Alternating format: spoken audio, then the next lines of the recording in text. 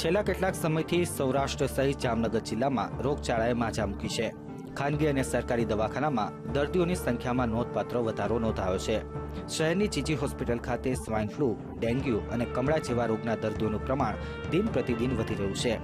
જોકે આરોગ્ય વિભાગે આ અંગે કંઈ વધુ કાર્યવાહી હાથ ન ધરતા માત્ર કાગળ પર જ કામગીરી કરી રહ્યા હોવાનો દર્દીના સ્વજનો આક્ષેપ કરી રહ્યા છે। પહેલાં સ્વાઇન ફ્લૂની વાત કરીએ તો ખાસ કરીને છેલ્લા 3 માસમાં 17 જેટલા પોઝિટિવ કેસીસ સ્વાઇન ફ્લૂના જામનગર જિલ્લો અને મહાનગર બંને મળીને થયા છે। એમાંથી 5 જેટલા મૃત્યુ થયા છે। સ્વાઇન ફ્લૂ અટકાવવા માટે સામાન્ય પબ્લિકે કઈ જાગૃતિ રાખવાની જરૂર છે તેની આઈસી કરવામાં આવે છે। આ ઉપરાંત અમારા દરેક પીએચસી અને સીએચસીમાં કોઈપણ શંકાસ્પદ સ્વાઇન ફ્લૂનો દર્દી હોય તો એનું કેટેગરી વાઇઝ વર્ગીકરણ કરી અને જરૂર જણાય તેને સ્વાઇન ફ્લૂની ટેમીફ્લુ ટેબ્લેટ પૂરતા પ્રમાણમાં મળી રહે તેવી વ્યવસ્થા કરવામાં આવી છે। જામનગર શહેર અને જિલ્લામાં છેલ્લા 5 મહિનાથી રોગચાળાએ માજા મૂકી છે।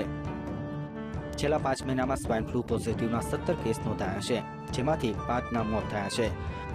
ઓક્ટોબર માસમાં ડેન્ગ્યુના 36 તેમજ મેલેરિયાના 128 કેસ નોંધાયા છે।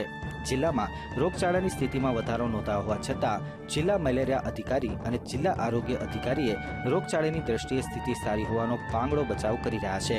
તો વળી જીજી હોસ્પિટલના અધિક્ષક HK આચાર્ય હોસ્પિટલમાં આવા પ્રકારના દર્દીઓ આવવાની ઘટના રોજિંદી બની ગઈ હોવાનું ગાણું ગાઈ રહ્યા છે।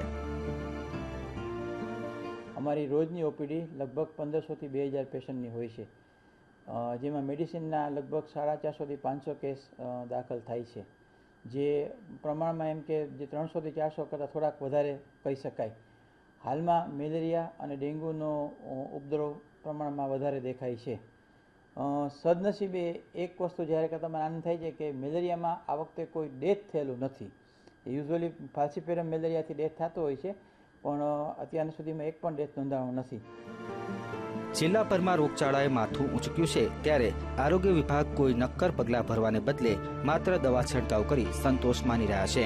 આરોગ્ય વિભાગના આવા વલણને લઈને લોકોમાં રોષ છે અને કોઈ નક્કર પગલાં ભરવા માંગ કરી રહ્યા છે। કેમેરામેન અમરીશ ચાંદ્રા સાથે રવિ બુદ્ધદેવ, VTV જામનગર।